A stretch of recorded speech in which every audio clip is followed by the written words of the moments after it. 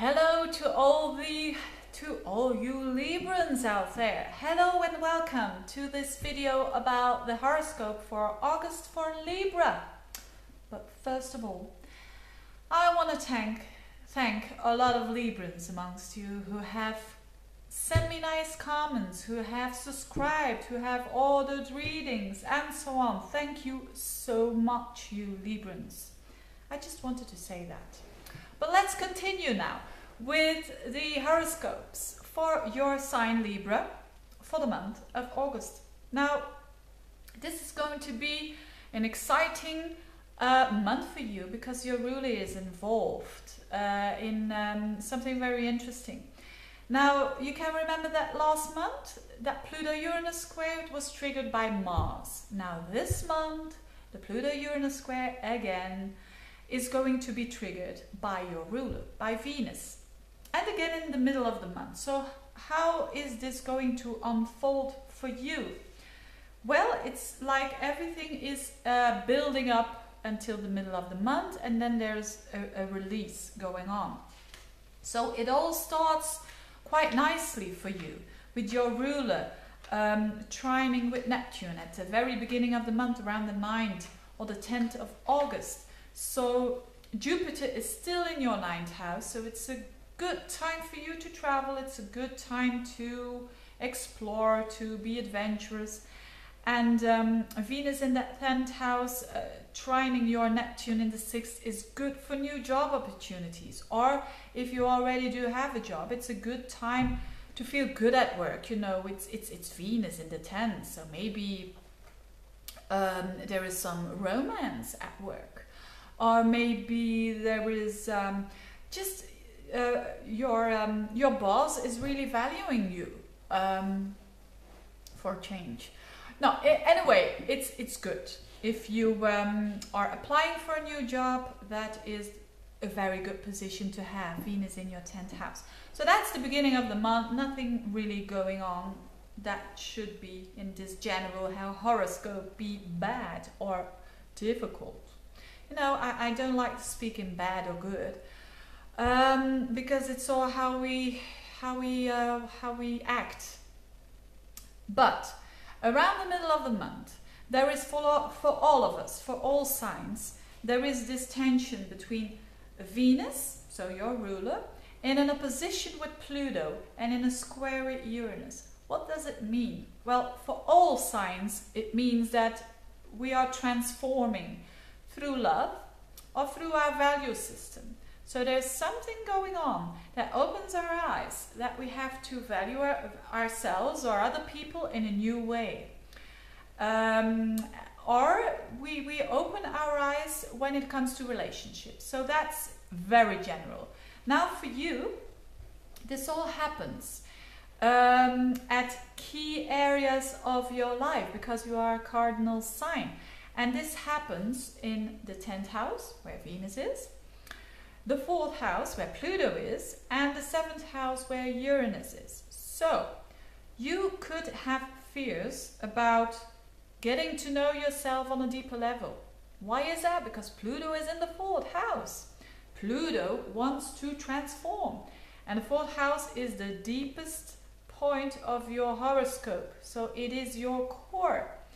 And you will have to explore it. You will have to maybe explore your roots. Where do you come from? Who are you? And it's on a level that is really, you have to face it in some kind of way. Maybe you say, I know myself quite well. Okay, that's for the good. But there will be stuff going on that even forces you to look even deeper into yourself. So actually, that's a very good thing going on. But it could be the case that it's triggered by Uranus in the 7th house. So it could be the case that other people, if you're single, it could be just people who you're meeting one-to-one, that they are quite Uranus-like. So they are shaking you up. They are the positive thing about that is they are very original and very fresh people entering your life. So be open for that. If you're in a relationship, that other person is your mirror for freeing you up basically, for getting to know you even better and liberate yourself from whatever it is you want to liberate yourself. So all very intense for Librans. And the good thing is that whilst this is going on, you know, that clash between Venus and Pluto and Uranus, there's also something else going on at the same time in your first house, and that is Mars that is conjuncting Saturn in the first house. You could say that's not a good thing, but hang on, there's another thing involved. Now Mars conjuncting Saturn, yes, that's frustrating energy. And I talked about this Saturn in your first house last month. So it's all about you being, you have a kind of a new identity. You are more formed, you are more disciplined, you are more mature. And Mars is conjuncting that, so it's frustrating. So I talked about you standing up for yourself and it's a bit clumsy. I don't mean to say that you are clumsy, but just it's like a child who has learned something new and there's still some errors going on. That's a bit the case, but you'll be fine. Why do I say that? Because this Mars Saturn in your first house is happening around 23 degrees of Libra, and that is on a fixed star called Spica. Now fixed stars are often used in, actually they are used, a couple of fixed stars in horary astrology, but I also use them when something is, or a constellation is conjunct, or a planet is conjuncting these fixed stars. And this is the case, and it always gives me some extra information about the situation. So don't feel frustrated about the fact that you are a bit frustrated. That's a strange sentence, but that is how I see it. Because you will be fine. You know, that star Spica is really protecting you, and it's really whatever it is that you can't express enough, or you can't express it in the way you want to express yourself.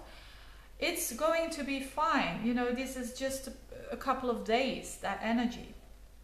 And with that clash that is happening with your ruler, I wouldn't bother too much too, because there is, right after that, around the 17th of August, there's a new moon in Leo in your 11th house. Now that is a beautiful new moon. Why? Because it's on another fixed star.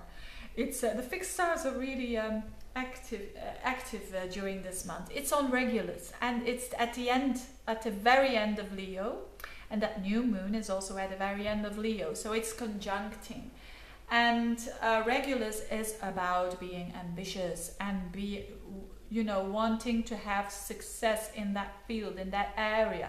So for you, it's probably your aspirations, the things that you want. Could be your friends, new friendships that are really ambitious, who can help you to take a step forward in life. But in general, I rather think it has to do with aspirations. And it has to do with new beginnings, with new ones who are more realistic, who are better.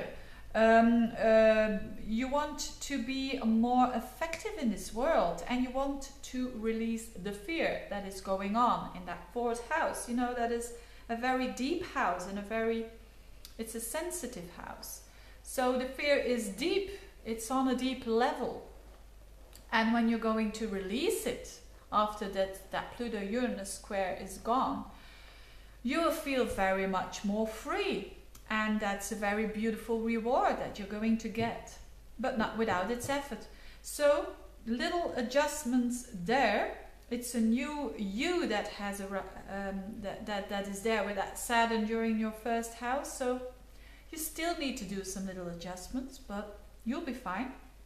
And communicate about your wishes. Talk to other people about your wishes. Talk to that other original person. Talk with your friends, your 11th house, that may be your new friend. Talk about your new ideas and your new aspirations that you want to do in life.